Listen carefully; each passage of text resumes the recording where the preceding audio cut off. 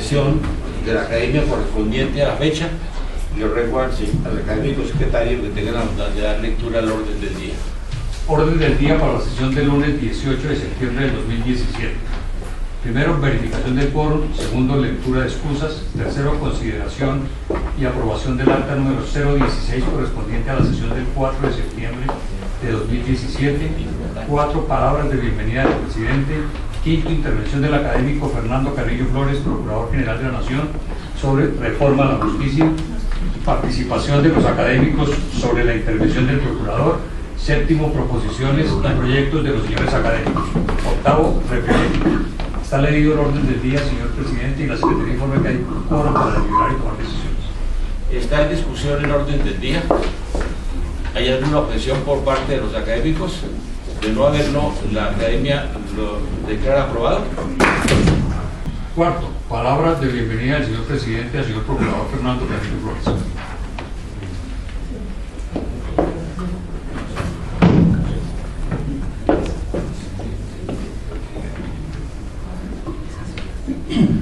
Es muy honroso darle la bienvenida a la Academia Colombiana de Jurisprudencia al Procurador General de la Nación, doctor Fernando Carrillo Flores. Este sentimiento se acrecienta si la persona del acto funcionario público es a la vez un distinguido miembro correspondiente de esta institución y quien en su trajinar en el escenario nacional ha cumplido unos roles importantes, primero como representante de la juventud en el proceso electoral que tuvo como meta la reforma constitucional de 1991, con la cual se sustituyó la Carta Política de 1886 y sus reformas posteriores por una asamblea constituyente en el episodio conocido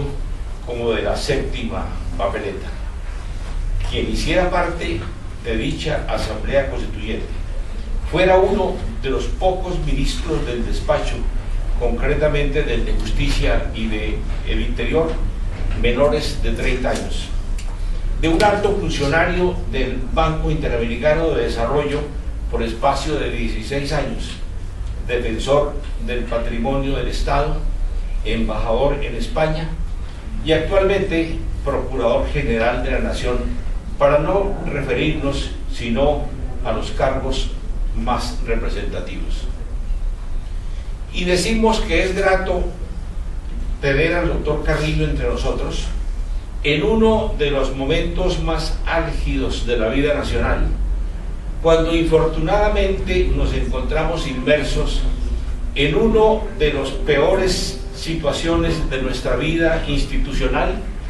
acosados por la corrupción, la inmoralidad, el olvido de los valores, la presencia del populismo como movimiento destructivo de los esquemas democráticos que llevó a esta institución a hacer un pronunciamiento público divulgado la semana pasada en los diarios El Espectador y El Nuevo Siglo, con el objeto de llamar la atención sobre la crisis contemporánea, solicitar las indagaciones pertinentes para esclarecer las conductas imputadas a magistrados y exmagistrados de las altas cortes, superar el vacío ético en el que ha caído el país, reclamar el establecimiento de procesos formativos educativos desde la familia y las aulas escolares, propender por una pronta y cumplida justicia y restaurar la honestidad como valor absoluto. Usted, señor Procurador, distinguido académico, al aceptar la invitación que le formulamos sus pares académicos, ha decidido hacer un análisis sobre la actual situación de la justicia en nuestro medio y por ello, sin más dilaciones, le damos la bienvenida y le expresamos que estamos prestos a escucharlo. Mil gracias.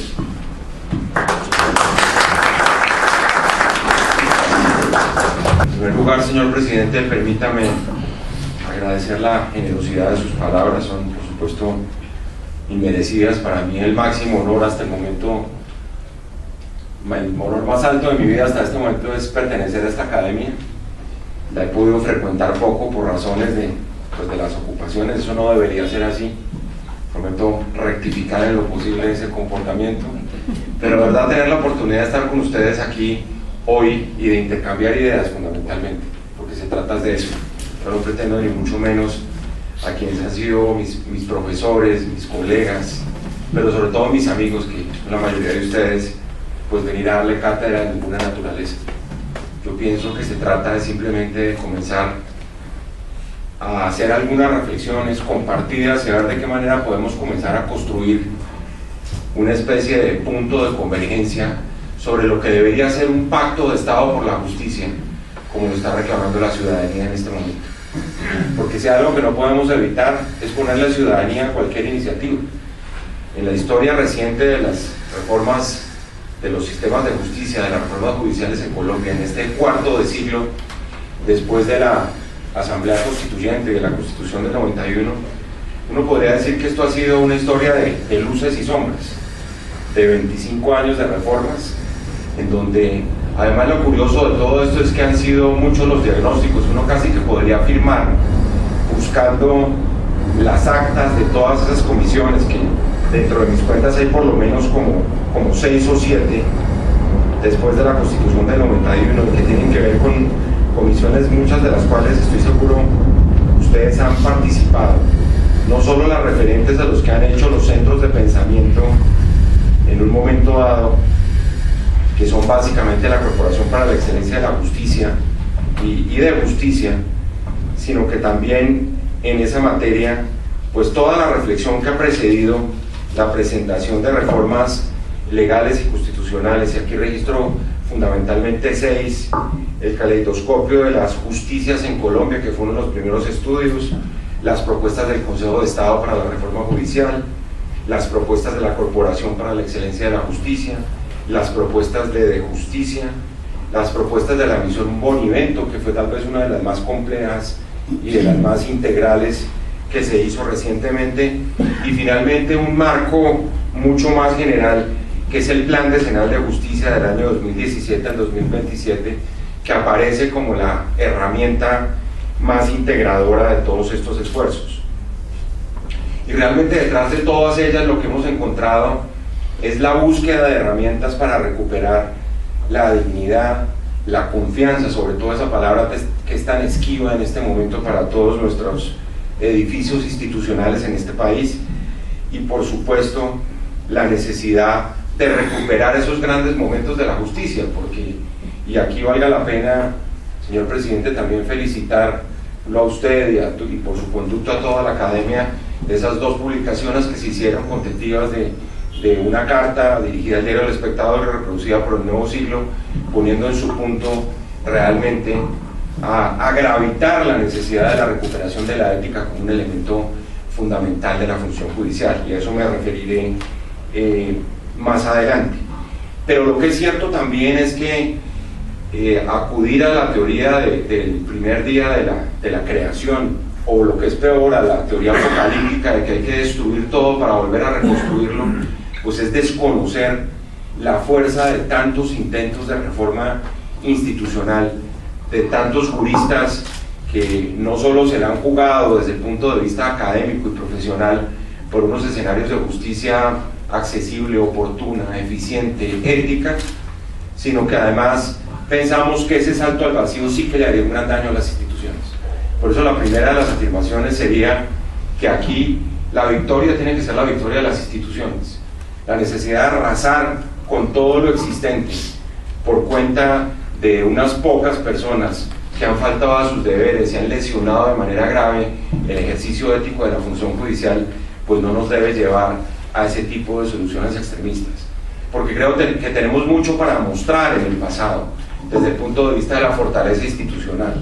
y me refiero específicamente, por ejemplo, al papel de la Fiscalía General de la Nación en el proceso 8000, al papel de la Corte Suprema de Justicia en el proceso del paramilitarismo,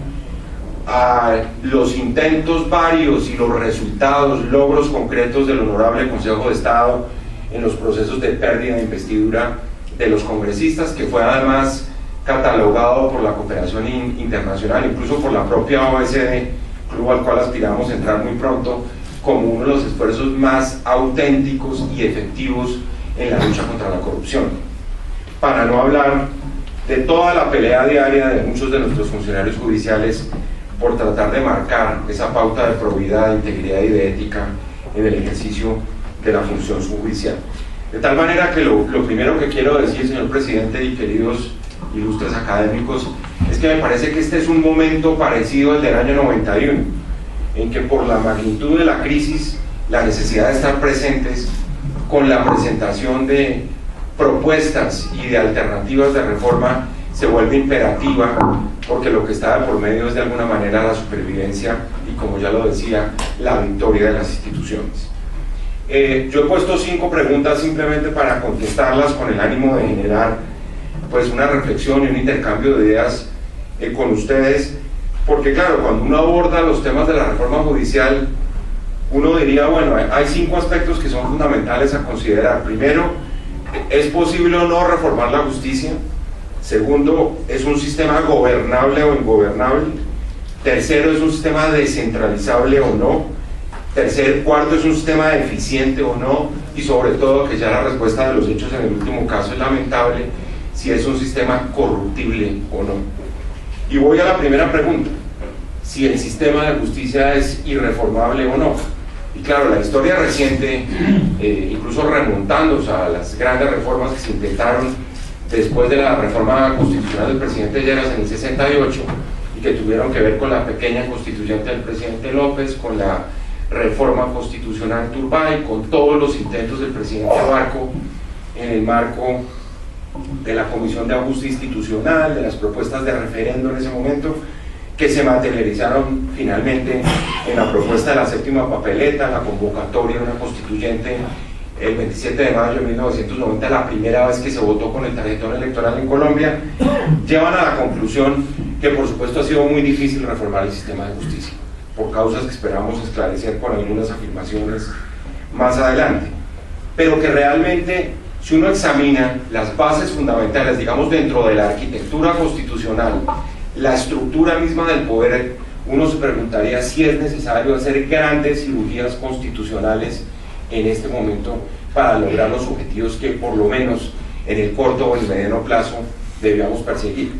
Y realmente pues la respuesta es distinta dependiendo de qué tipo de reformas estaremos hablando. Por supuesto que el gran consenso, por ejemplo, en relación con la eliminación de las facultades electorales de los magistrados, con la necesidad de replantear el mecanismo de la Comisión de Acusaciones de la Cámara y crear un tribunal de aforados o algo parecido a un tribunal de aforados, los mecanismos de postulación de los jueces y magistrados, la gobernanza de la rama, pues cada uno va a tener una respuesta distinta. Lo que es cierto es que este es un momento de búsqueda de la ética, o mejor, de recuperación de la ética para el ejercicio de la función judicial, y como es un momento excepcional en la lucha contra la corrupción, uno podría decir que realmente perder esta oportunidad es simplemente precipitarnos, como yo tuve la oportunidad de decírselo a la Comisión de Reforma Institucional hace exactamente 3 semanas, un lunes también, que si esta oportunidad se desperdicia o si esta oportunidad simplemente se le hace el quite, como se dice coloquialmente, pues lo que vendrá será una Asamblea Nacional Constituyente con esa espada de Damocles tan clara que todos conocemos a dónde nos puede llevar. Y por eso la oportunidad hay que tomarla y aprovechar para hacer como una especie de matriz en relación a cuáles serían las reformas de corto, de mediano y largo plazo que habría que hacer. Todo eso, les digo, de alguna manera está documentado en múltiples estudios que se han hecho, y simultáneamente determinar en el corto, en el mediano y en el largo plazo cuáles obedecerían a simples decisiones, por ejemplo, del Consejo de Gobierno de la rama, decisiones de carácter administrativo que se pudieran tomar inmediatamente en el marco de las corporaciones judiciales, incluso en esa especie de mecanismo informal que es la Comisión de Reforma Interinstitucional, a la cual me refería, de la cual hacen parte los presidentes de las 4 cortes, el fiscal general. Yo tuve el privilegio que me invitaran hace 3 semanas en la fecha que le refería, pero como invitado simplemente, y creo que ahí se pueden tomar decisiones desde el punto de vista administrativo y reglamentario que pueden en el corto plazo producir unos cambios sustanciales para enviar un mensaje clarísimo a la ciudadanía que la autorreforma sí cabe en el caso del Poder Judicial. Lo otro es mirar qué tipo de escenarios legislativos vendrían y en último lugar, como lo sabemos en el caso de los 3 escenarios que mencioné al comienzo, de las facultades electorales y la eliminación de la comisión de acusaciones, la creación del Tribunal de Aforados,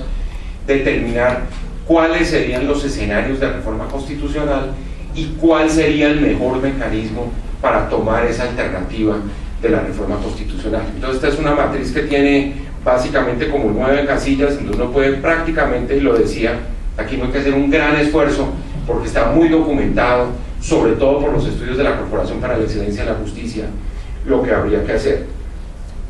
Eso en primer lugar. En segundo lugar, si es gobernable o no es gobernable. Yo suelo recordar cómo cuando se escogía bien a la gente, que lamentablemente eso no se convirtió en una costumbre más adelante,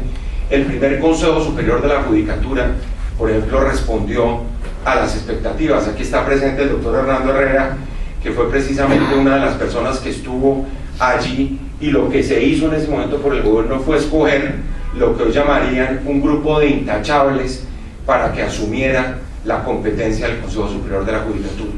Después eso lamentablemente se fue deteriorando y terminamos, por decirlo con toda claridad, entregándole el manejo del Consejo Superior de la Judicatura a políticos de tercer nivel, entre ellos los secretarios de las comisiones constitucionales del Congreso y personas de niveles aún inferiores, con el ánimo, como bien se ha dicho, no solo de politizar, porque politizar puede ser una palabra que tiene un sentido muy positivo todavía para los que creemos todavía en el ejercicio de la política con P mayúscula, sino simplemente de incorporar todas las prácticas del clientelismo, del amiguismo en el ejercicio de la función pública y de la elección que suponía esa competencia que debía ser magna y sublime del Consejo Superior de la Judicatura para elegir magistrados y jueces. De tal manera que cuando uno piensa en que si es gobernable o no, la gran pregunta es qué ha pasado en otros países de la región, y yo creo que aquí se han puesto en marcha buena parte de esos mecanismos. Tal vez lo único que no hemos ensayado es el Consejo de Administración Judicial que funciona en Chile, o que se le entregaran a los presidentes de las 4 cortes una serie de funciones administrativas radicadas en uno de los 4, por supuesto partiendo de la base de que los periodos de los presidentes de las 4 cortes no son como son hoy en día en Colombia, aves de paso, porque lamentablemente el hecho de que un magistrado asuma simplemente por un año la presidencia de una corporación es garantía de que no va a haber ni sostenibilidad ni solidez en las políticas que se pueden poner en marcha desde la presidencia de la corporación. Porque además lo que está de por medio es si eso es gerenciable o no es gerenciable, y las lecciones que dejan los consejos superiores de la magistratura o de la judicatura, con todos los problemas que han tenido en virtud de ese modelo de los países europeos después de la Segunda Guerra Mundial, que se adoptaron precisamente como consecuencia de ello en la posguerra, es que en muy pocos casos ha funcionado, pero cuando ha funcionado ha sido por un mecanismo de gerencia pública que permita adoptar todas las técnicas modernas en donde haya una cabeza con una responsabilidad del ejercicio gerencial. Entonces ese esquema del Consejo Superior de la Judicatura que está ahí presente, que repito, fue de alguna manera vulgarizado por la forma como se escogieron en los últimos años los miembros de ese consejo, y que es una causa eficiente de toda esta hecatombe ética que estamos viviendo en este momento, habría que repensarlo en función de un esquema que se dio al comienzo, que garantice que sean los mejores y que sean hombres probos los que lleguen a la administración de ese consejo. Lo tercero, que no deja de ser menor, porque buena parte de todo esto tiene que ver con la forma en que podemos descentralizar aquí las decisiones. Parte de todo el diagnóstico, como lo pueden certificar aquí algunos de ustedes que han sido magistrados de las altas cortes, es que ese centralismo exagerado, incluso ejercido por quienes viniendo de la provincia se arranchan, y perdonan el verbo, en el poder centralizador que tienen las corporaciones de la justicia, se convierte en una de las mayores disfuncionalidades a la hora de tener un sistema de gerencia pública que funcione. en términos de controles, en términos de compras, en términos de todo lo que es la gerencia pública moderna que ya mencionaba, y que de paso tiene un costo social altísimo, porque nosotros hemos insistido mucho en la desbogotanización de muchas de las políticas del Estado, y el caso de la justicia no se queda atrás, y no se queda atrás porque el primer afectado y la primera víctima de todo eso es precisamente el escenario de acceso a la justicia, que sigue siendo el conducto y el vehículo principal para que la reforma de la justicia sea sobre todo reforma social, como es la atención básica en salud, como es la atención básica en educación. La atención básica en la justicia viene necesariamente de tener una base de la pirámide bastante fortalecida, donde el acceso a la justicia sea el elemento fundamental a fomentar desde la capital de la República o de los entes centrales del manejo administrativo de la rama. De todas maneras, ese alejamiento de la ciudadanía ha tenido un costo altísimo, además en términos no solo de la ausencia del Estado, que eso es evidente. Ustedes saben que hay en los estudios unas pruebas de que prácticamente la tercera parte del territorio nacional estaba al margen de una autoridad no solo judicial sino pública en general, y que en el caso particular de la presencia de la guerrilla de las FARC hubo muchos territorios también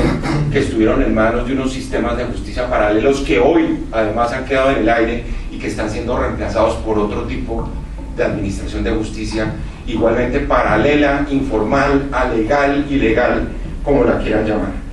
Yo creo que eso es importante porque al fin y al cabo el gran debate hoy en día en las reformas de la justicia es tener una justicia local muy fuerte que permite a su vez tener como intermediario una justicia a nivel nacional y una justicia global que se compadece con una base desde el punto de vista local, con escenarios de acceso a la justicia que sean realmente robustos.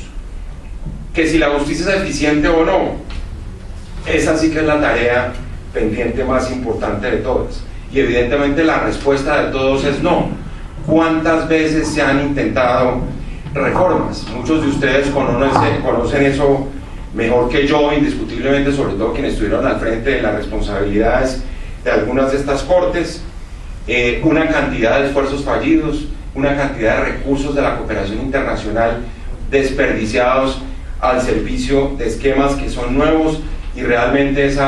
ese sistema, ese apotegma de que justicia morosa es justicia dudosa, es más bien lo que ha caracterizado los temas de la eficiencia en materia del servicio público de la justicia. Y por último, el tema de la corruptibilidad o no de la justicia. Yo les cuento, a mí me tocó hacer hace como unos 8 años un capítulo del informe de Transparencia Internacional sobre la corrupción en la justicia, y fue lamentable por 2 razones. Una, por la falta de información al respecto. Aquí el Consejo Superior de la Judicatura y las instancias disciplinarias de las Cortes no dan razón de cuántos son los jueces y magistrados sancionados. Uno llegaría a la conclusión que lo que pasa es que no hay jueces y magistrados sancionados, o que es tal la perversidad del sistema que impide que se sancione a los jueces y magistrados dentro de una lógica de defensa corporativa que los vuelve prácticamente inmunes a cualquier tipo de sanción.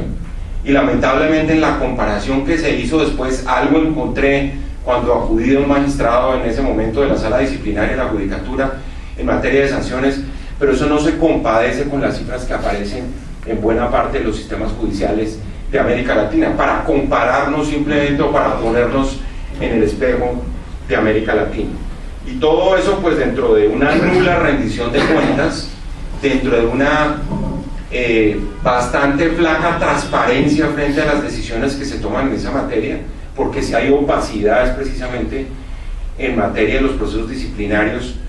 contra magistrados, jueces y abogados, los incluyo también, lo que lleva necesariamente a lo que alguien decía, y recuerdo mucho la frase que era como el epígrafe de ese informe sobre la corrupción de la justicia a nivel global, que decía algo así, predicable completamente de lo que pasa en este momento en Colombia, de para qué pagar un abogado si se puede comprar un juez. Una cosa absolutamente lamentable, pero que describía de alguna manera lo que era un escenario que en el caso nuestro era absolutamente crítico. Les dejo 4 preocupaciones, además de esas 5 preguntas. Una relacionada con la forma, y creo que eso apunta muy bien la carta de la Academia al espectador el nuevo siglo, en el sentido de que aquí hay, por supuesto, rasgos de elementos culturales, de informalidad que han llevado a la ilegalidad, y la ilegalidad que ha llevado a la impunidad, y de una serie de sistemas de controles sociales que definitivamente no están funcionando. Y no están funcionando lamentablemente porque la cultura del narco, y eso lo puede decir uno aquí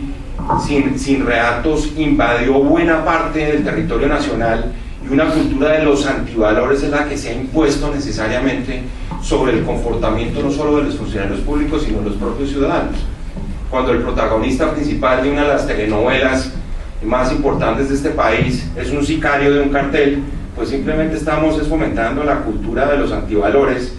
Y cuando uno llega, como me ha pasado a mí, nosotros llevamos 19 audiencias ciudadanas en las capitales de los departamentos, y se encuentra con que la consideración alrededor del capo del pueblo es el tipo que tiene los contratos y tiene los mejores carros y goza de los mayores privilegios, y que por ende es completamente inmune a la ley, está por encima del sistema judicial.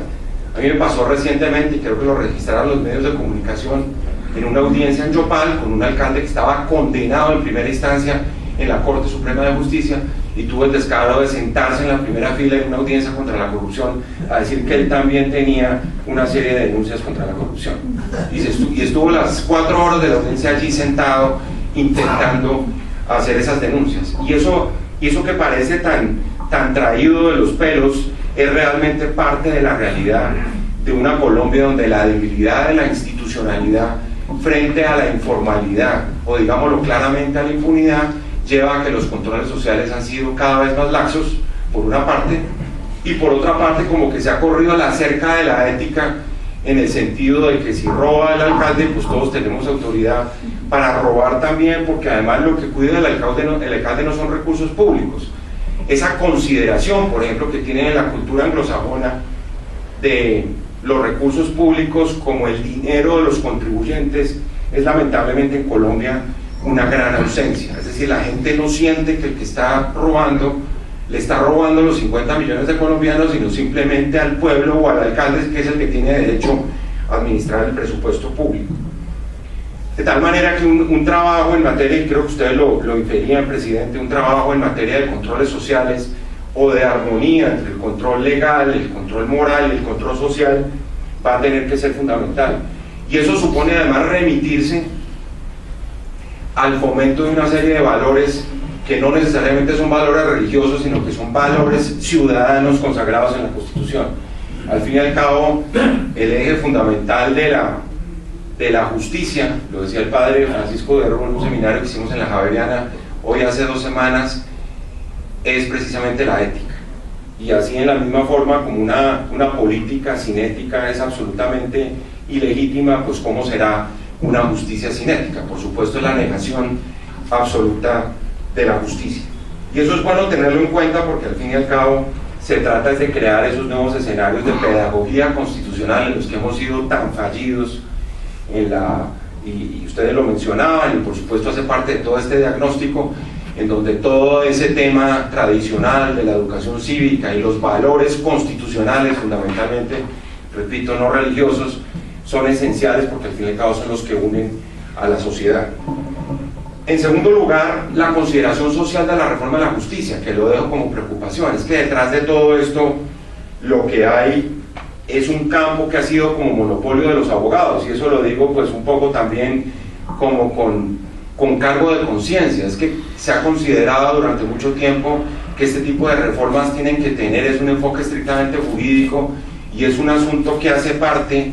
del conciliábulo de los abogados, como se expedían las constituciones o las leyes hace muchas décadas en Colombia, dejando de lado las implicaciones sociales que tiene una norma y el papel, por ejemplo, que tiene la justicia en una tarea de política pública tan importante como es la lucha contra la desigualdad, que en eso creo yo, y lo digo respetando por supuesto las opiniones en contrario, que la Asamblea Constituyente y la Constitución del 91, al incorporar en el título de los derechos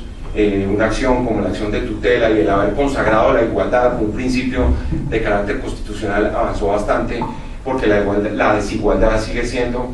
una especie de falla sísmica del sistema político, es un desafío ético antes que un desafío económico, y por supuesto es un desafío político antes que un desafío técnico. Y yo creo que eso se ha venido entendiendo de por qué por la vía del sistema judicial, aún llegando a los abusos que se pueden cometer, como lo hemos visto y hemos sido testigos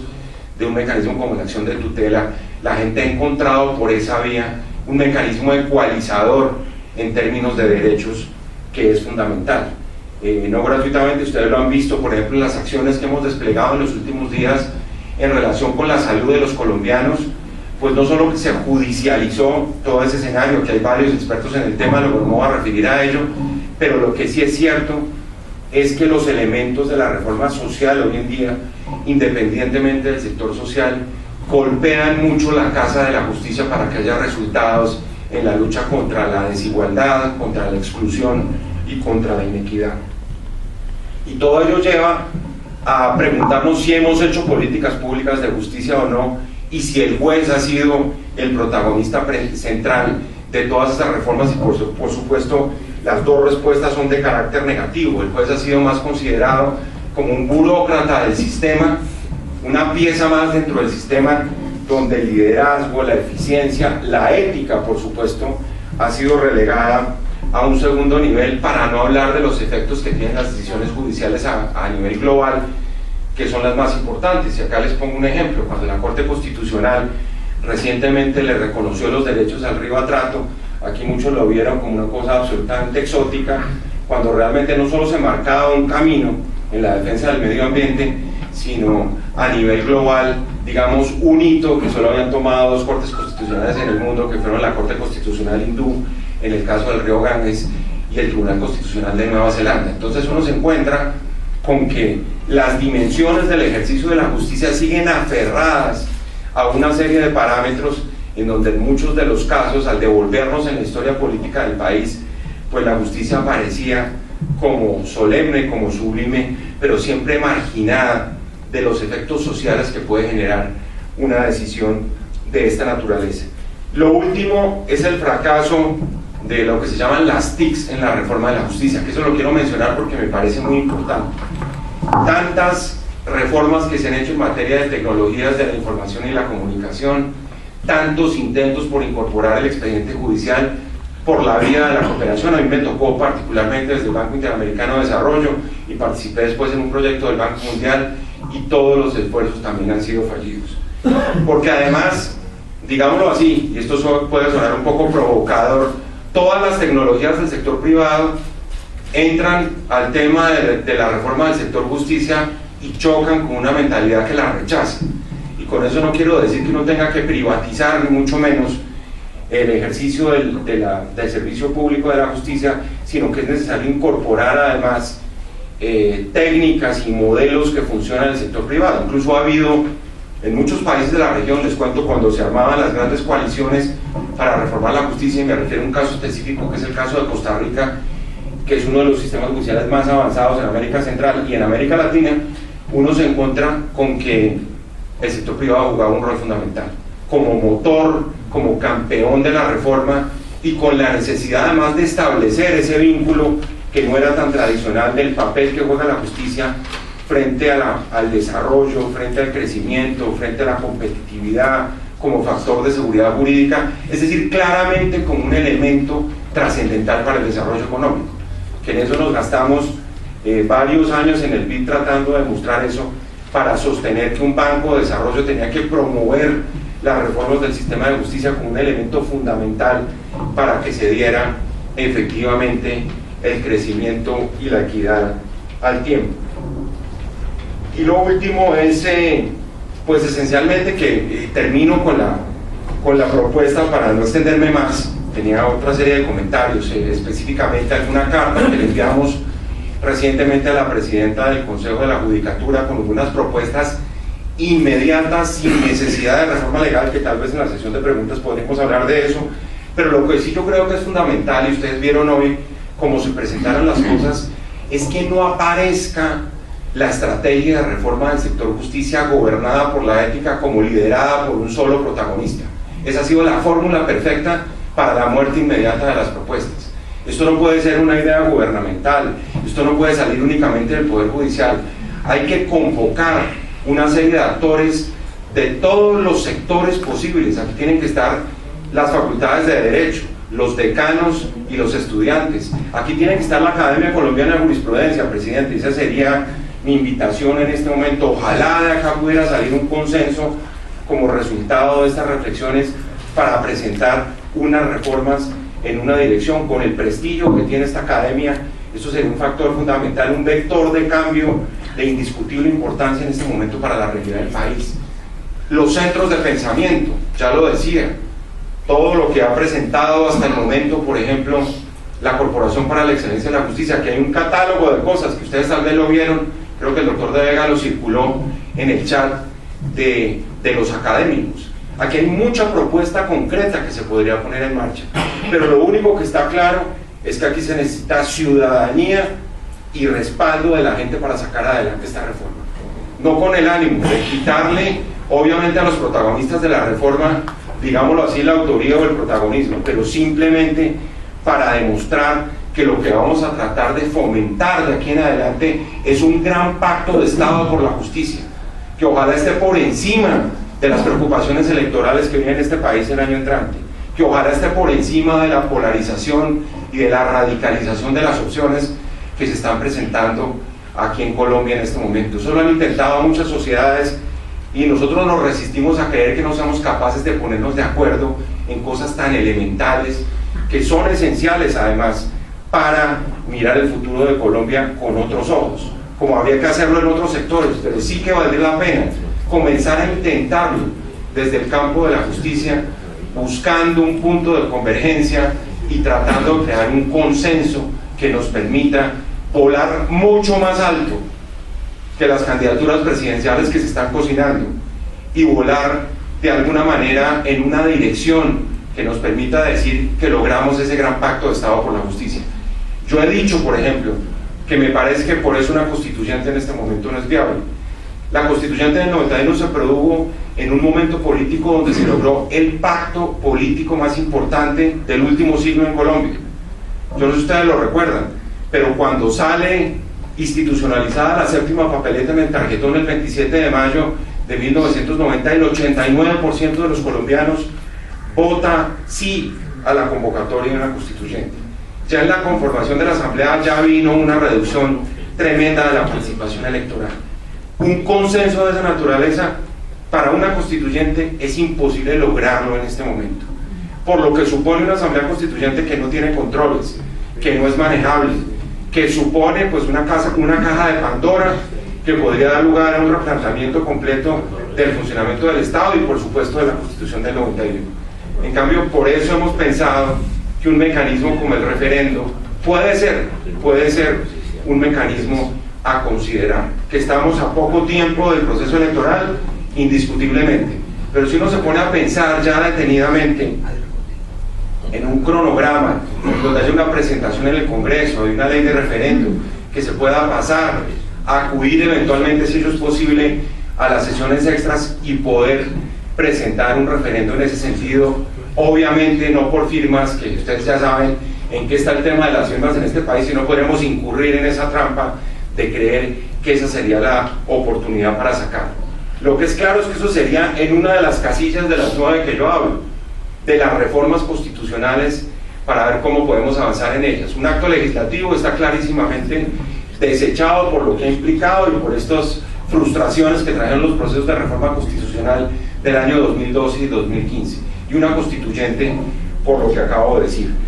Y todo ello además, ojalá marginado de la reedición de lo que fue el referendo del 2 de octubre pasado. Si algo que deberíamos evitar para no caer en la trampa de la polarización es meterle, por ejemplo, el tema de la paz o de la justicia especial de paz. Yo creo que esto tiene que apuntar es precisamente a toda esa parte del sistema de justicia que se quedó por fuera de la justicia especial para la paz,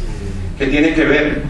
por una parte, con la estructura constitucional del sistema de justicia, pero creo yo mucho más importante con la presencia del Estado en los territorios, que esa es una de las grandes tareas pendientes en este marco del posconflicto y que supone la presencia territorial de la justicia de aquí en adelante. Con eso y y con esto sí termino, estoy absolutamente convencido, la Justicia Especial de Paz es un elemento, solo un elemento de la consolidación de la paz en Colombia, y tal vez deberíamos, señor presidente, queridos académicos, aprovechar esta única y última oportunidad,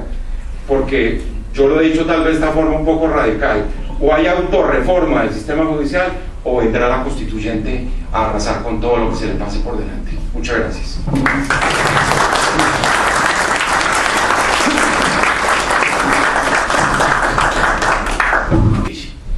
De esa manera, y agradeciendo sus palabras, quiero ceder la palabra a los académicos que quieran intervenir, porque quizá una de las partes más importantes de esta intervención, luego de la brillantísima exposición tan puntual del doctor Carrillo, está en este juego de preguntas y respuestas, justamente aprovechando de mejor manera para que le saquemos el jugo, si se nos permite decir, a la presencia del señor procurador. Sí, el doctor Saúl Sotomonte. Muy agradecido, señor procurador, por su brillante intervención, por sus luces muy acertadas, muy oportunas. Sin embargo, quiero hacer algún comentario. En primer lugar, y lo he repetido, lo hemos dicho en varias oportunidades en esta academia, no es solamente el problema de la Administración de Justicia, es el organismo nacional que está enfermo. Es decir, el país tiene que abocar el problema más allá de la Administración de Justicia. Y en lo particular de la Administración de Justicia, la coyuntura implica que hay un acto de generosidad, de desprendimiento de parte del gobierno, y que convoque a las diversas fuerzas de la nación, del orden político, económico, de todos los órdenes, a que se integre un gran consejo de estudio de la situación para que tomen medidas de emergencia, y así evitar que se politice una posible reforma de la Administración de Justicia. Posiblemente entre las varias medidas o caminos podría ser el referéndum. Pienso que sería inoportuno cuando ya iniciamos un periodo preelectoral. Se corre el riesgo de que nuevamente se politice la reforma de la Administración de Justicia. Alguien decía que posiblemente en marzo se celebraría un referéndum. Será coincidente con las elecciones del Congreso. Todos van a decir que sí a la reforma de justicia, pero cada quien, grupo político, buscaría sacarle partido.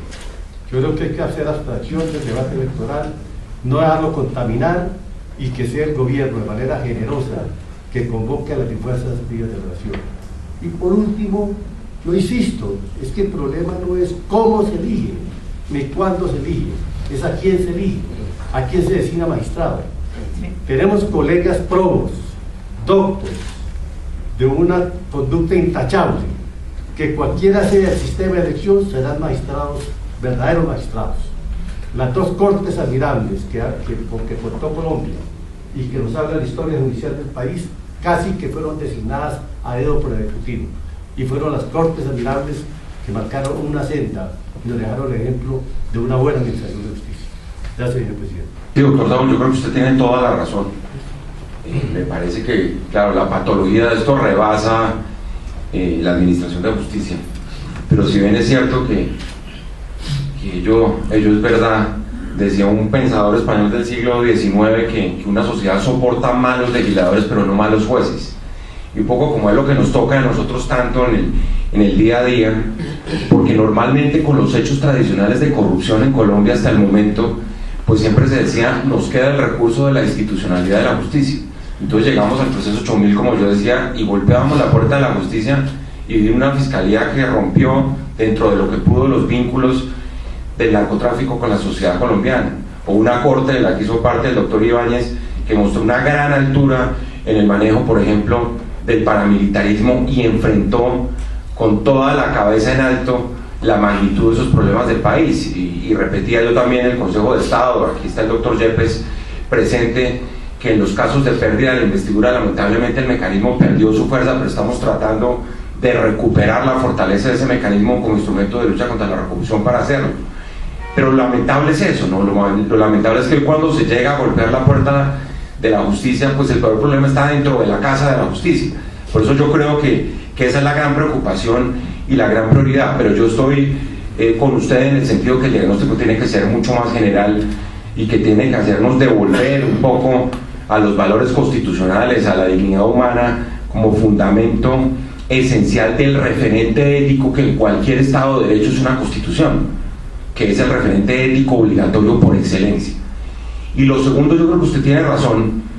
doctor Saúl, y claro, la clave de todo esto sería blindar cualquier proceso de reforma a ese tema electoral. De lo que sí estoy convencido es que la peor solución es no hacer nada.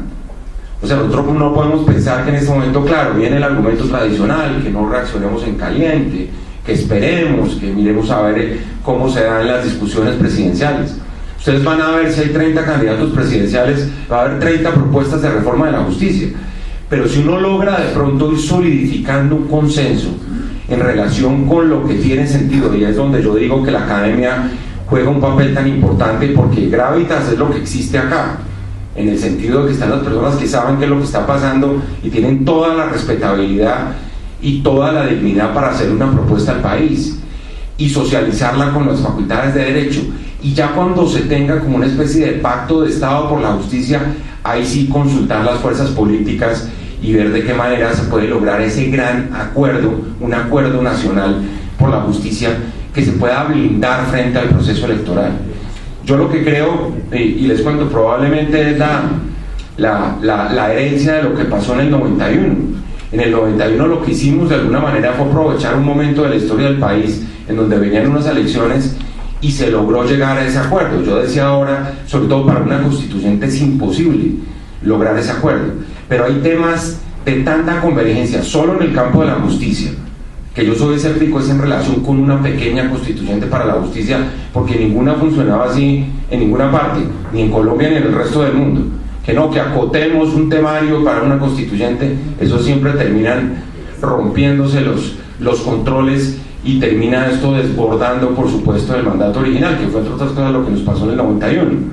Entonces sí me parece, doctor Saúl, que esa posibilidad de evitar la politización se puede dar en la medida de quienes van a llevar la vocería desde la sociedad, no como una propuesta estrictamente gubernamental, pero que pueda llegar a ser acogida por el gobierno. Yo creo que tal vez lo que pudo suceder hoy es que la sociedad está percibiendo que hay una propuesta gubernamental más. No, ese no puede ser el camino a recorrer. El apoyo, porque además ni siquiera hemos discutido los contenidos, no es decir referendo, no, discutamos los contenidos y veremos cuál sería el vehículo más idóneo para adelantar esa reforma en función de los contenidos. Muchas gracias, doctor Carrillo. El doctor Augusto Cangrejo.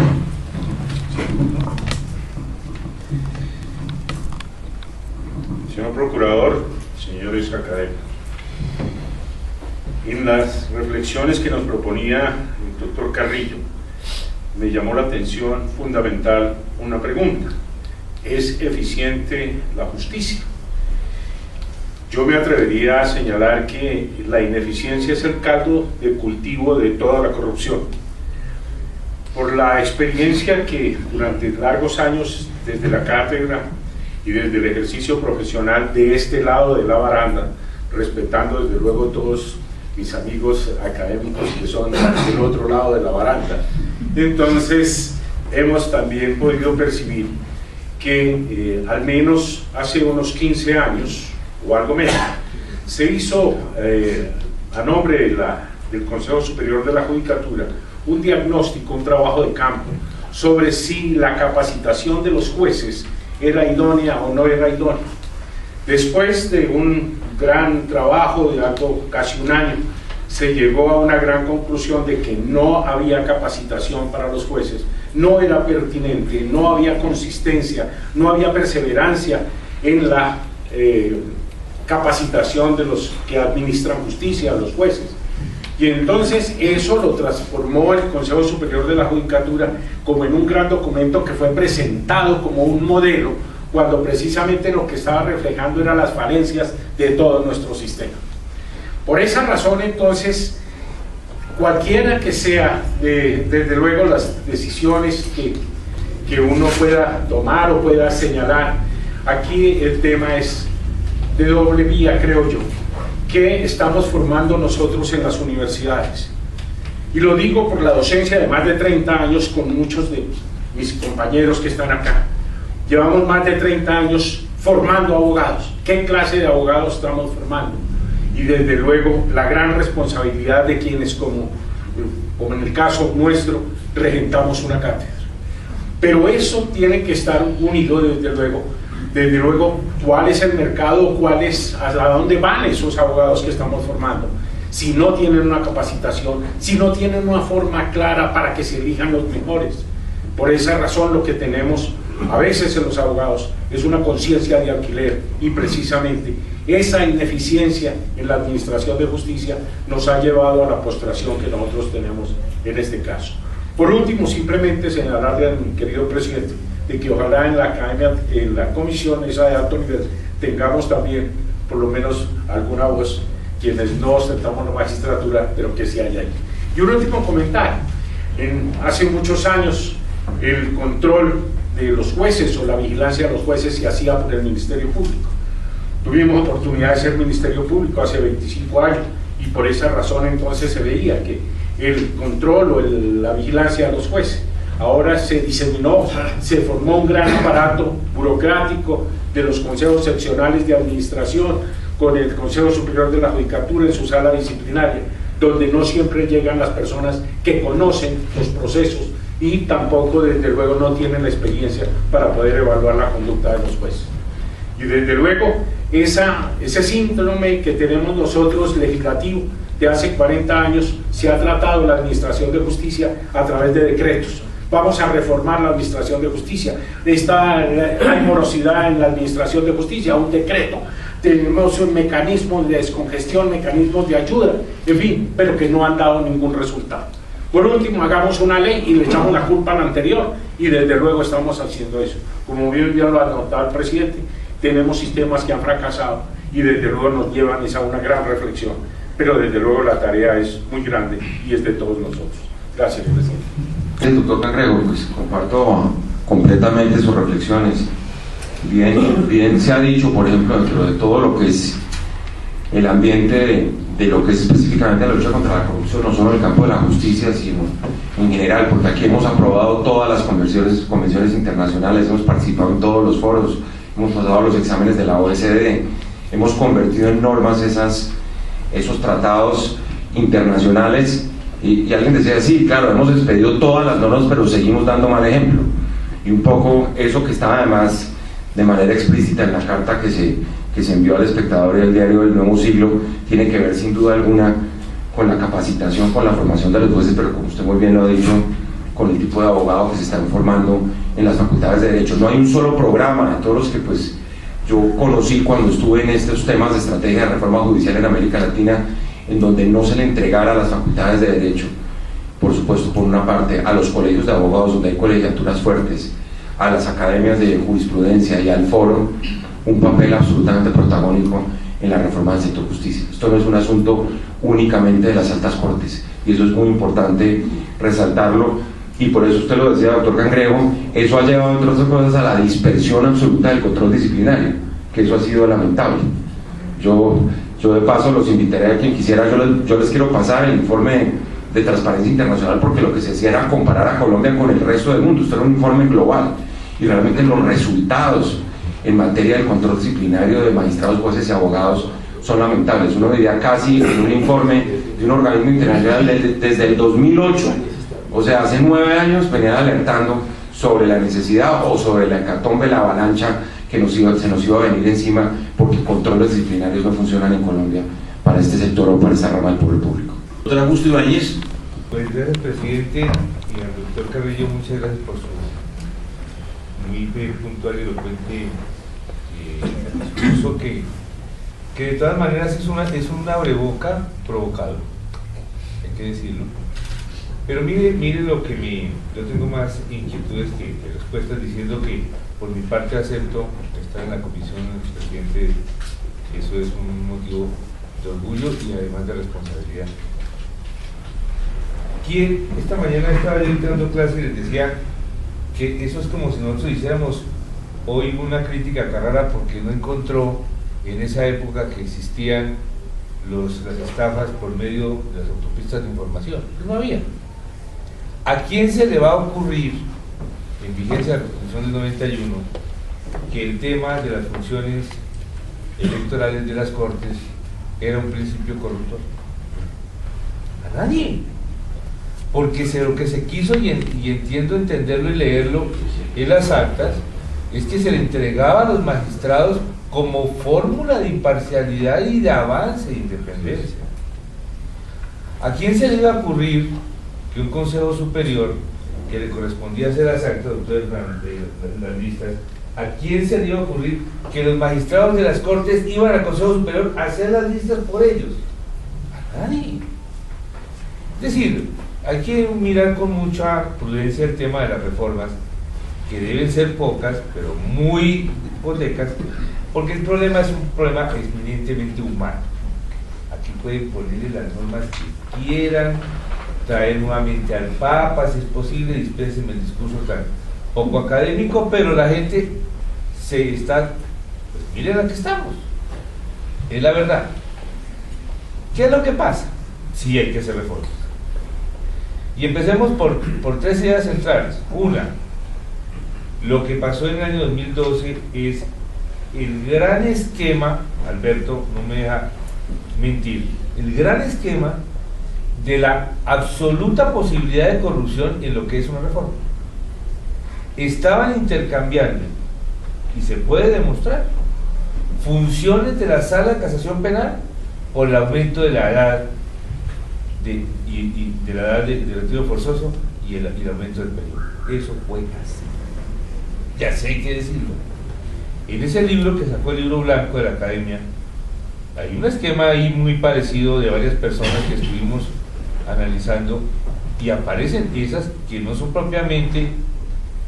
queriduras con la justicia, sino radiografías de lo que estaba pasando. Esa fue una de las varias razones para el retiro de muchos de la Corte, de muchas personas que accedimos a la Corte y que fuimos académicos. Pero es más, la tecnología en la justicia. Desde época anterior a nuestra llegada a la Corte, había dos empréstitos, que de pronto el doctor Fernando recordará, dos, uno del BID dentro del Banco Mundial, si no está mal, William, uno de 70 y uno de 90 millones de dólares. No sé qué pasó, pero fue aprobado, y pasó por nuestras manos y fue firmado, y ejecutado no sé cómo. Entonces, el tema es bastante complicado como para enfrentarlo, pero hay que enfrentarlo. Yo estoy pensando y evaluando el tema del referendo como señalamos el otro día, pero es que mi preocupación es esta: resistiremos. Mire,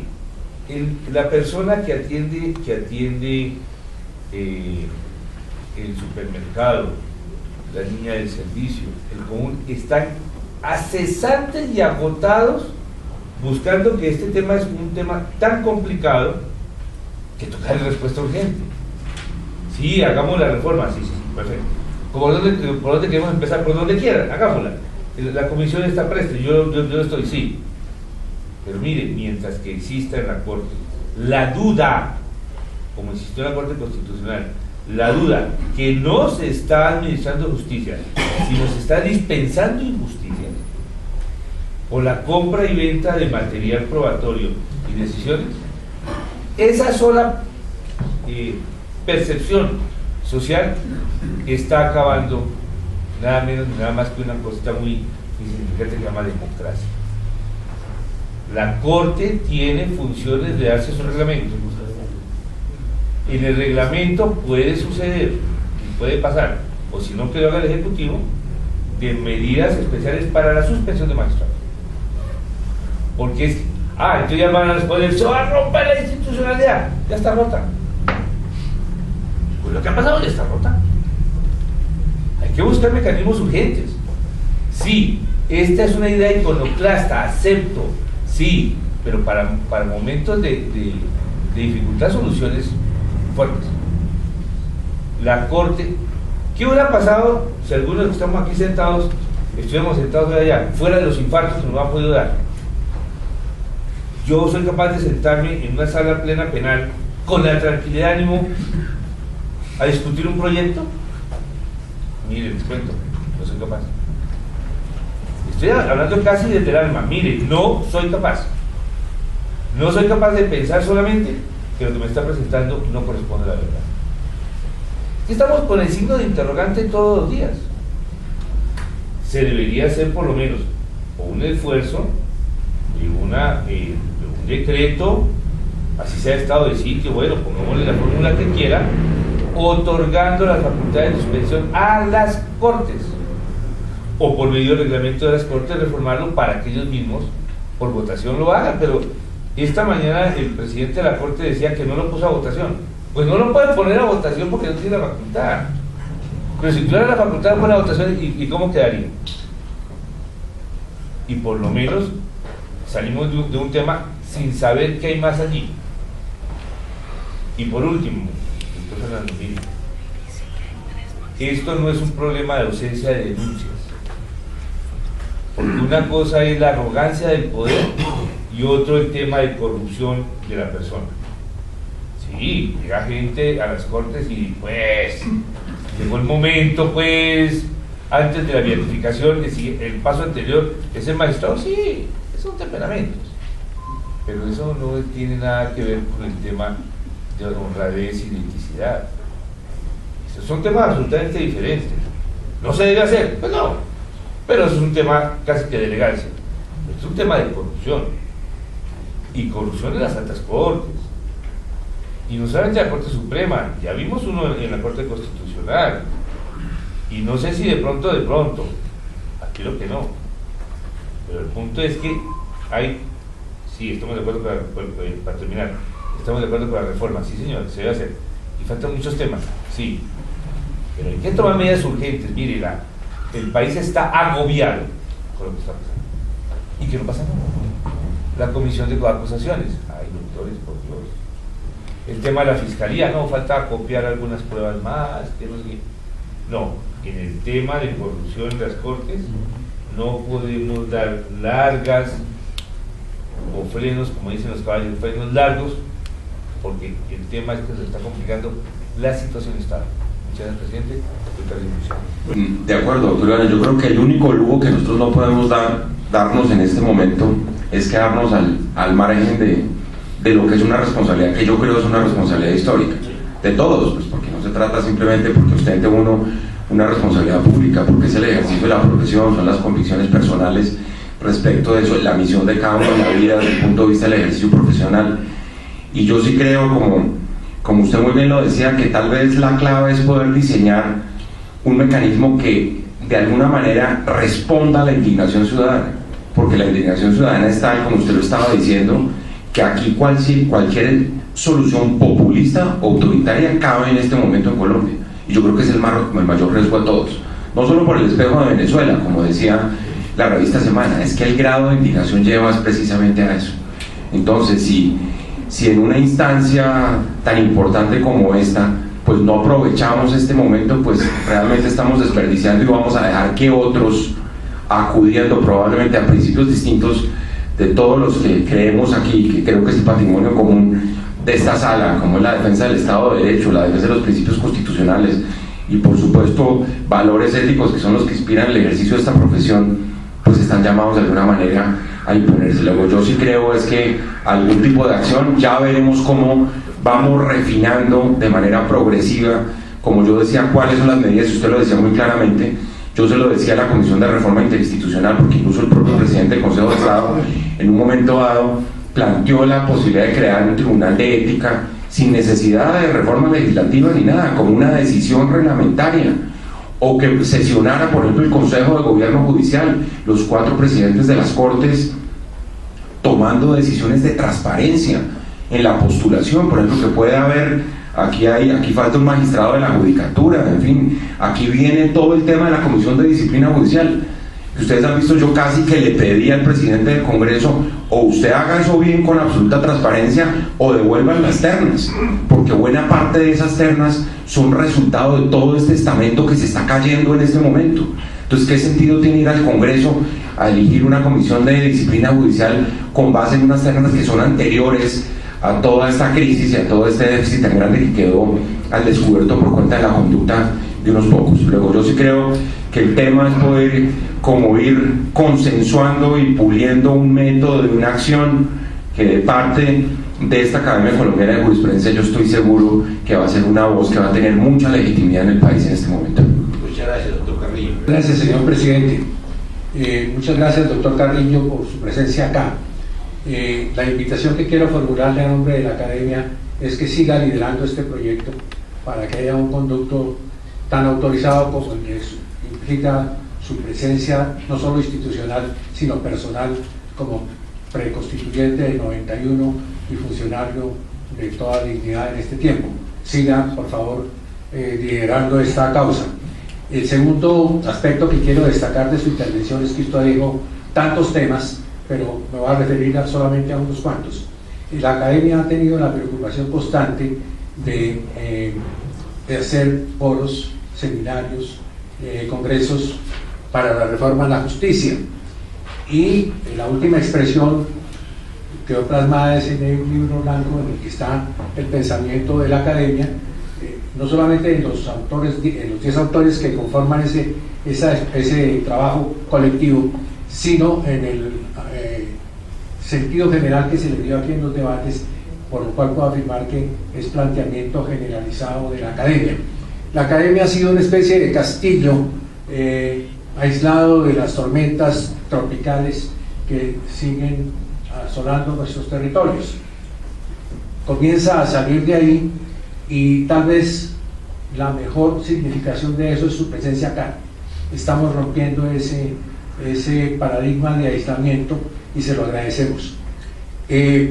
Solamente me voy a referir a 3 puntos de los que usted trató en esa vasta constelación de enseñanzas que nos dio y de preocupaciones muy respetables y muy serias que formuló,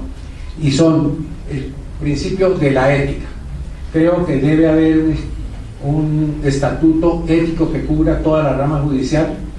y que sea de obligatorio cumplimiento, y que su aplicación dependa de una cosa que usted llamó con un nombre diferente al que voy a utilizar, que es el de la acción comunicativa. Vale decir, la presencia ciudadana. La ciudadanía tiene que hacerse partícipe de la aplicación de la recta justicia, con varias categorías de acción. Una, como un ente de control suprainstitucional. 2, como un respaldo a las decisiones sabias que se tomen por parte de los reformadores de la justicia. Y 3, como un organismo permanente de control social. Eso de la ética pues es muy importante. Otra cosa que quiero destacar acá es la educación del abogado.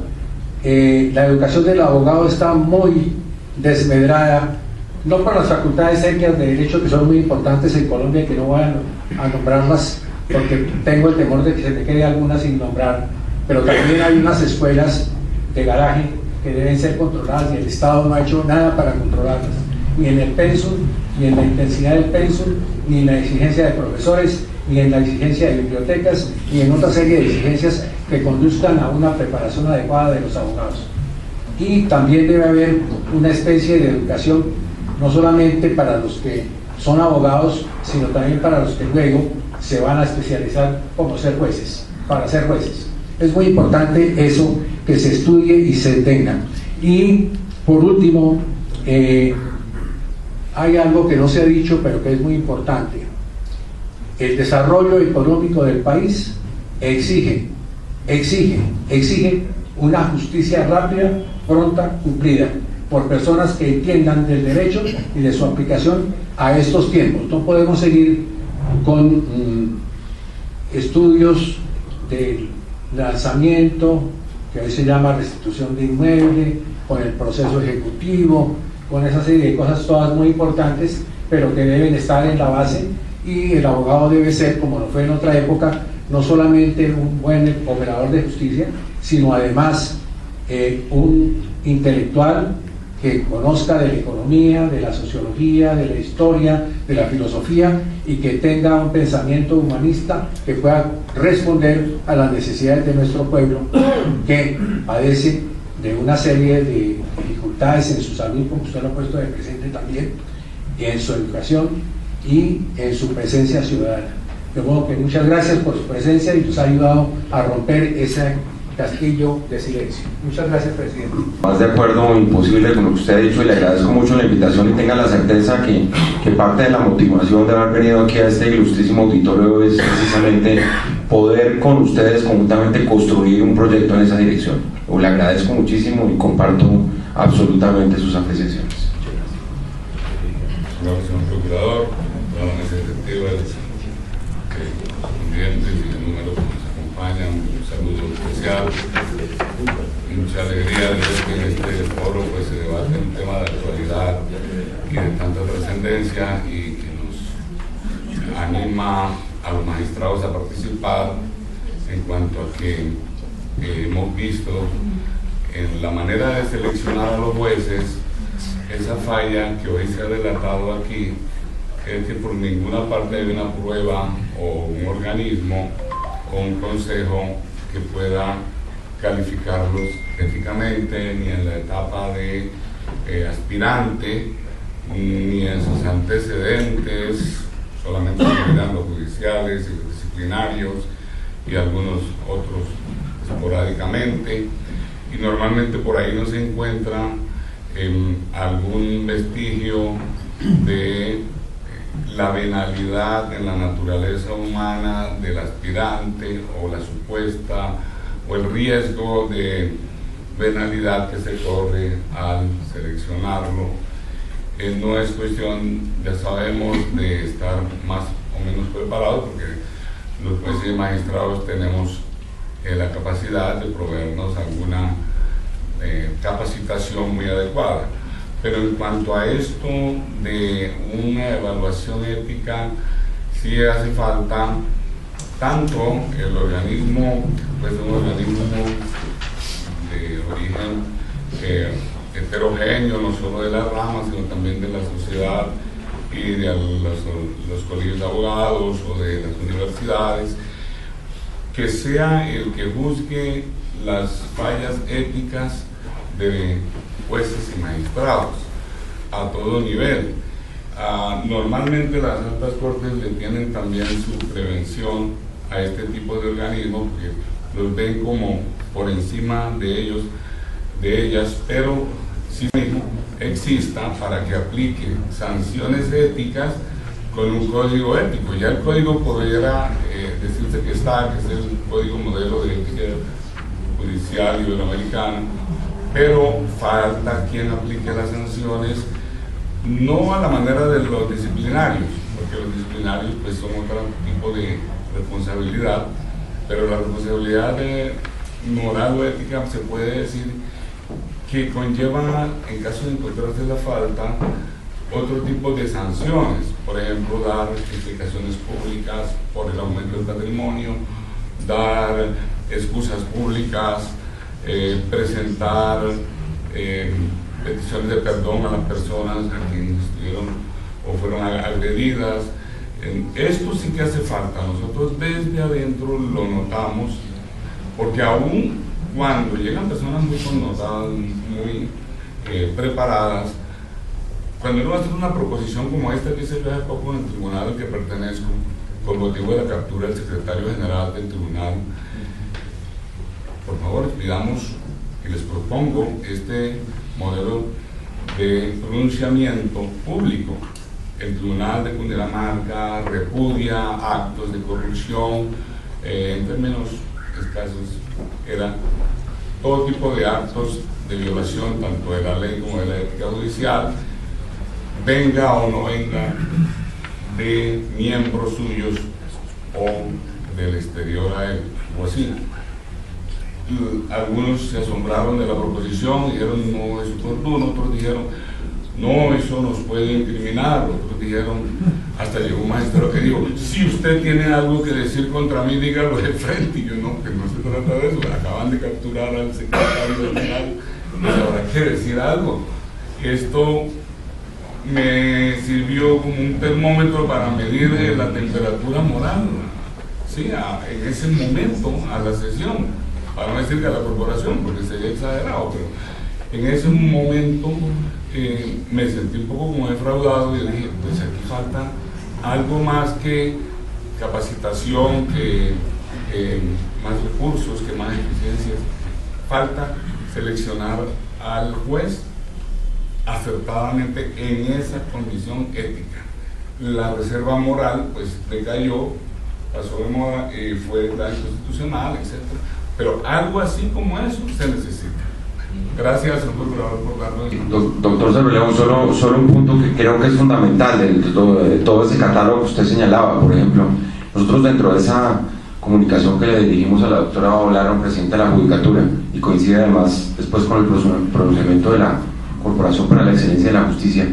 todo el régimen de inhabilidades, incompatibilidades, conflicto de intereses, declaración de bienes y rentas, que son de alguna manera indicadores objetivos, comparables y sustentables a la hora de mirar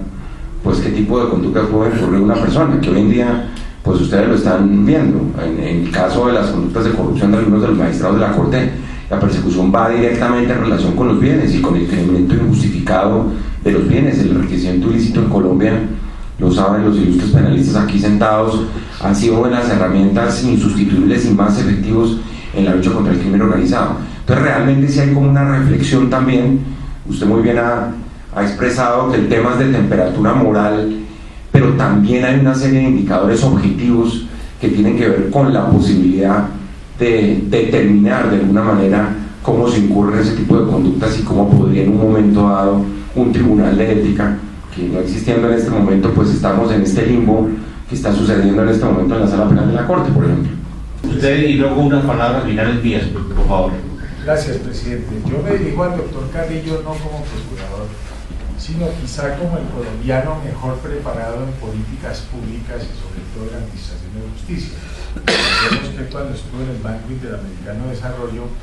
inspiró, auspició, patrocinó, orientó muchas de las reformas judiciales que se hicieron en la región e incluso después cuando estuvo el representante del banco en Europa, que también tuvo que ver con los sistemas de justicia del viejo continente. Yo personalmente lo poco que sé de reforma de la justicia lo aprendí en los libros del doctor Carrillo de Economía Política, de la Reforma Judicial, Justicia Retrasada, Justicia y Desarrollo, entre otras. Por eso, pues, meterme en el tema de fondo de los 9 temas que él tocó, pues resultaría pretencioso, quizá el colombiano, que por fortuna, dada la feliz coincidencia que hoy es el Procurador General de la Nación, va a tener mucho que ver en el liderazgo de esta reforma que, como dice el doctor Augusto, es necesaria. Simplemente quería hacer un par de anotaciones. Una, tiene razón el doctor Augusto, en la constituyente pues nadie pensó que cuando se puso a intervenir a las altas cortes en la elección del registrador, del contralor, del procurador, iba a terminar en lo que iba a terminar, pero en eso pues desde la antigua Grecia, Tolstoy lo decía, allá nuestro profesor de literatura en el Colegio del Rosario, doctor Cangrejo, decía, Tolstoy decía, la gorgona del poder tiene la función de dominar, de someter, de corromper, de engañar. Entonces, pues ahí hay mucho de eso, doctor Augusto, y la humanidad sabe eso. Cuando pusimos a los jueces a hacer cosas distintas, de hacer sentencias, sino participar en elecciones y negociar cuotas de poder, entonces ahí hay sin duda mucho de causa de la problemática actual. De otro lado, procurador, y respetando pues la brevedad que se exige de la situación,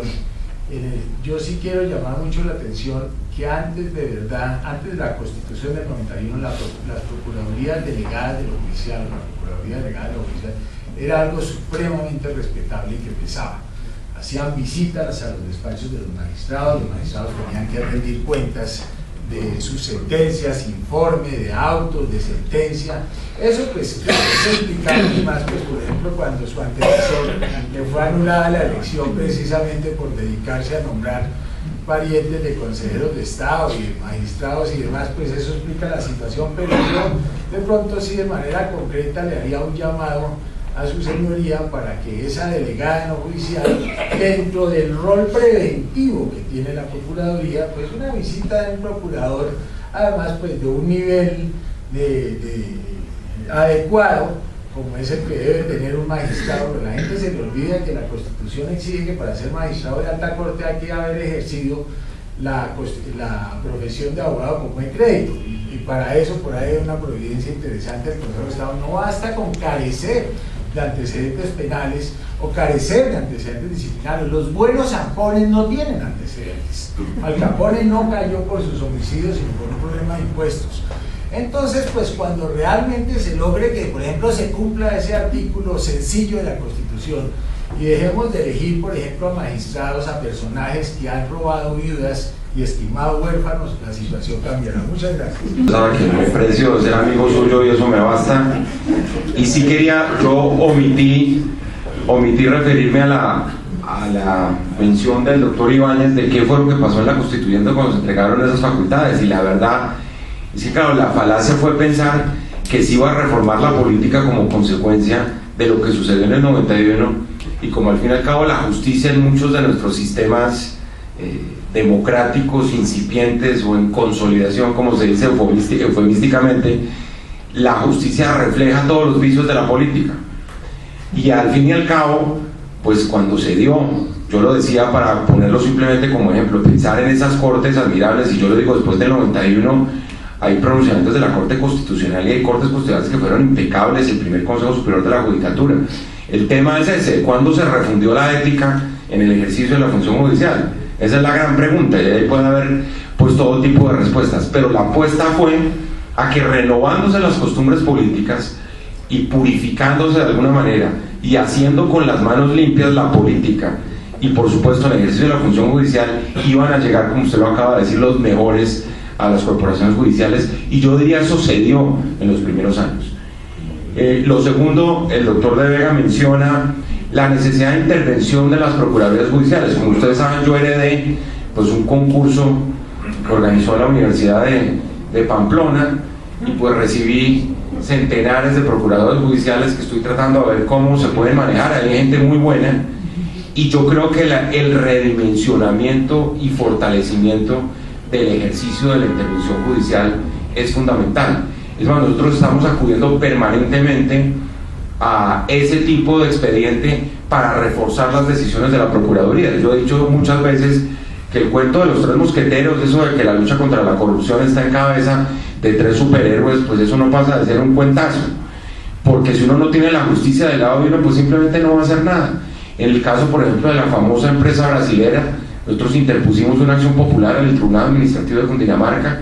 En el caso de Cartagena, con la suspensión del alcalde de Cartagena, hemos interpuesto más de 5 tutelas de protección de los derechos laborales y de salud de las personas que murieron y de las víctimas de la caída del edificio Blas de Lezo. En el caso particular de lo que pasó la semana pasada con el derecho a la salud de los colombianos, tenemos el expediente listo para iniciar una acción popular que de una vez por todas ponga también orden en el cumplimiento de la prestación del derecho a la salud por parte de esta EPS, que lo que es clarísimo es que en estos 46 días no es que ellos tenían la obligación de montar la capacidad instalada de esa EPS, sino que desde el momento de la compra tenían la obligación de que eso existiera, y eso fue precisamente lo que no se dio, que eso ya se ha concebido como algún tipo de persecución de la Procuraduría contra una EPS. Eso para nosotros es absolutamente secundario cuando estamos viendo la inminencia de personas que pueden morir por cuenta de la falta de prestación del servicio de salud. El caso de los niños con leucemia, el caso de los enfermos de enfermedades huérfanas, tantos casos de pacientes que han acudido a la prestación de servicio y no se han dado. Eso simplemente para reiterar que un poco lo que estamos tratando de hacer es acudir a la intervención judicial, que es uno de los 3 elementos de las 3 competencias misionales de la Procuraduría, para restaurar también la majestad que supone el poder estar, digamos, como lo decía Gabriel, de igual a igual frente a los magistrados en el caso de la Corte o a los consejeros de Estado en el caso del Consejo de Estado. Nosotros creemos que si nosotros reconducimos esa función preventiva de la Procuraduría, más la disciplinaria, que es por la cual la conoce, pues por supuesto todo el país, pero si podemos enderezar la acción de ese ejército de procuradores judiciales hacia la reforma de la justicia en esa dirección, por supuesto que habremos logrado por lo menos uno de los propósitos en estos años que tenemos por delante. No hay la menor duda que una de las frases más importantes que se han pronunciado hoy aquí la dijo el doctor Sotomonte. El problema no es quién o cómo se elige, sino a quién se elige. Y yo estoy absolutamente convencido que para ejercer la alta magistratura y la más humilde de los jueces se requiere saber más que derecho. O sea, no basta con saber derecho. Es necesario que ese hombre que es nombrado para la administración de justicia no solamente tenga grandes títulos, haya egresado de grandes universidades, sino que acredite otra serie de requisitos que me parece que están faltando en la rama jurisdiccional. Porque se ha dicho que el Consejo Superior de la Judicatura funcionó al principio bien. Sí, al principio funcionó bien. Como dice la abuelita, es que escoba nueva barre bien. Y eso se da en todas las instituciones. Con respecto a la propuesta del señor Procurador en el sentido de que un referendo podría ser la alternativa, a mí sí me preocupa, porque es que ya hubo un referendo en octubre que yo no sé si el ciudadano estaría dispuesto a repetir la experiencia, en el sentido de que fue un referendo para bien o para mal. No voy a juzgarlo, no fue respetado. Y entonces eso podría conducir a una desazón de la gente que no le permita concurrir nuevamente a participar en ese evento.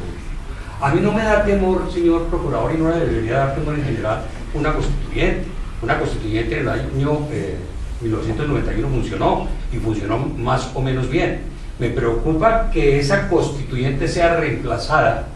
por candidatos como los que ya van a presentar el año entrante a las elecciones parlamentarias y de presidencia, bajo el purito de que se va a combatir la corrupción. Resulta que bajo el purito de que se va a combatir la corrupción, hoy estamos viendo unas encuestas por lo menos muy eficientes. Entonces, eso sería más peligroso eventualmente que una constituyente. Yo sí creo que podría pensarse realmente en ese mecanismo, o sea, no desecharlo completamente, porque es más peligroso que la ciudadanía se vuelque hacia otros factores que pueden ser más peligrosos. Yo creo, con todo el respeto, doctor Barranco, que usted está dando la respuesta precisamente a por qué no hay que acudir a una constituyente, porque es esa polarización que se refleja en las encuestas y esa tentación populista y totalitaria que hay en Colombia que se refleja en las encuestas es lo que va a quedar patente en la Asamblea Nacional Constituyente. ¿Cómo vamos a lograr ese consenso? ¿Y cuál va a ser el temario? ¿Y cómo lo vamos a controlar? Entonces realmente la preocupación es esa. La preocupación no es tanto el mecanismo en sí mismo, sino quiénes van a ser, volviendo a la frase del doctor Sotomonte, quiénes son los que van a ser constituyentes y cuál va a ser el escenario autoritario y populista del país que va a precipitar una solución de esa naturaleza. Yo creo que el punto es ese. Y yo creo que hay que evitar todo lo que sucedió en el caso del referéndum del 2 de octubre, precisamente. Un poco la tesis es esa. Primero, no podemos caer en la mitad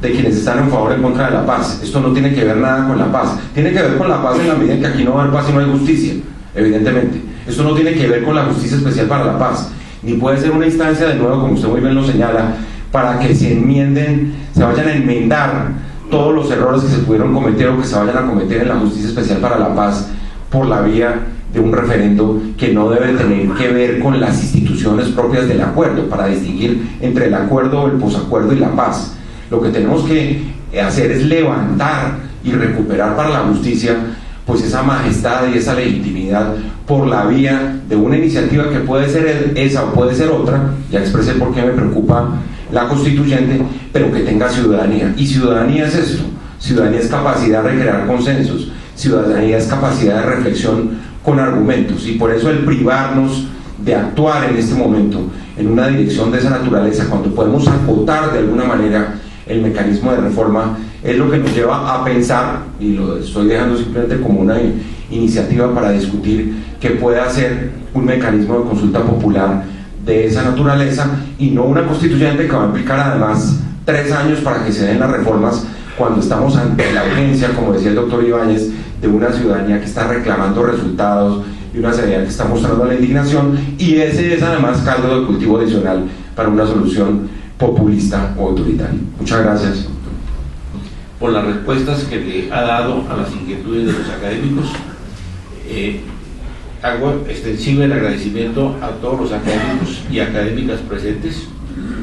y quiero simplemente manifestar, para terminar esta sesión, cómo es de interesante que la comisión que va a designarse el día de mañana, cuyos nombres hemos indicado acá y que iremos a nutrirlos con otros de personas que están trabajando en el ejercicio de la profesión, que es la parte más dialéctica posiblemente de ella, que se ocupe de un poco de soluciones. A mí me preocupan circunstancias como esta. Recuerden ustedes la situación en que se vio abocada la Corte Constitucional con el caso del magistrado Pretel, que se vio absolutamente amarrada porque no tenía ningún mecanismo para poder tratar de que él saliera de la Corte Constitucional. ¿Y cómo está la Corte Suprema de Justicia en este momento con el magistrado Malo, donde tanto la Sala Penal como la Sala Penal le han solicitado que se retire porque no tiene tampoco mecanismos la Corte Suprema de Justicia para una decisión de ese tamaño? De manera que hay que idear también fórmulas que le den facultades también a esas instituciones para hacerle frente a una situación de esa naturaleza. Necesitamos soluciones a corto plazo, a mediano plazo, a largo plazo. Hay muchas cosas que se pueden hacer evidentemente por decretos, hay otras que van a requerir de la presencia de la ley, y habrá otras que tienen que ser materia de unas decisiones de reforma de la Constitución. Agradezco nuevamente al doctor Carrillo por su presencia, a ustedes los académicos presentes, las personas que han venido de los medios de comunicación, muchas gracias, y quiero pedirle al académico secretario que continuemos con el orden del día. Séptimo, proposiciones y proyectos de los señores académicos. Señor Procurador, en primer lugar quiero manifestar mi complacencia y mi gratitud por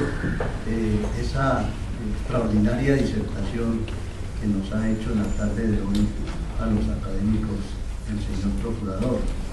Pero no quisiera, señor Presidente, que se terminara esta sesión sin hacer una propuesta que nace precisamente de la época de 1991, cuando se diseñó en asocio con el señor Procurador, por mí y los que tuvimos el honor de ser constituyentes, ese principio democrático establecido en la Constitución como mecanismo de iniciativa popular, como es el referéndum. Yo creo que los ciudadanos claman justicia en el país, quieren que realmente no sea vana la posibilidad de una estructura que permita realmente hacer una reforma integral de la justicia. Yo tuve el honor de hacer parte, aquí se dijo, de la reforma de la justicia, de los proyectos, cuando fue coordinada por el doctor José Alejandro Bonivento, también pues, miembro del Parlamento. Pero no se trata solamente de contenido. Yo creo que el procurador tiene razón cuando se busca un mecanismo que puede ser, evidentemente, puede ser, digo, porque la comisión a la cual pues me han manifestado que haga parte y que honrosamente acepto, quisiera hacer la propuesta, señor procurador y señor presidente, de que esta comisión también tenga la colaboración, digamos, permanente del señor procurador, porque con esa experiencia tan reconocida se pueden tocar las puertas de los ciudadanos. Los ciudadanos hoy en día ya todos sabemos que no podemos hacer reformas por la vía del Congreso, porque eso es inoperante. Ha habido 3 y 4 y 5 reformas y siempre ya hemos sabido los resultados. Entonces yo no quisiera que nos despegáramos de la posibilidad hoy, ya que hemos tenido la conferencia magistral del procurador, de que él nos siga acompañando, y esa es mi propuesta a la comisión, para que toquemos las puertas realmente de una reforma estructural que puede ser por la vía plebiscitaria, porque es un principio democrático muy bien concebido como mecanismo de participación ciudadana. A mí también me tocó la experiencia en la Corte de ser el ponente de la ley estatutaria de mecanismos de participación ciudadana, y ahí hay mucho que rescatar de esa sentencia de la Corte Constitucional para hacer una ágil propuesta al país, pero ya no con el Congreso, porque en realidad aquí tienen toda la razón. En vísperas de elecciones pero es que como nosotros no vamos a hacer elecciones, sino que vamos a hacer una propuesta integral, que puede ser la del referendo, si consideramos en la comisión que es el mecanismo más apropiado. Lo dejo a la consideración para que también con la dirección del señor presidente lo pongamos de presente y salgamos, porque el país clama, los ciudadanos claman realmente después de todos estos brotes de corrupción que son muy deplorables,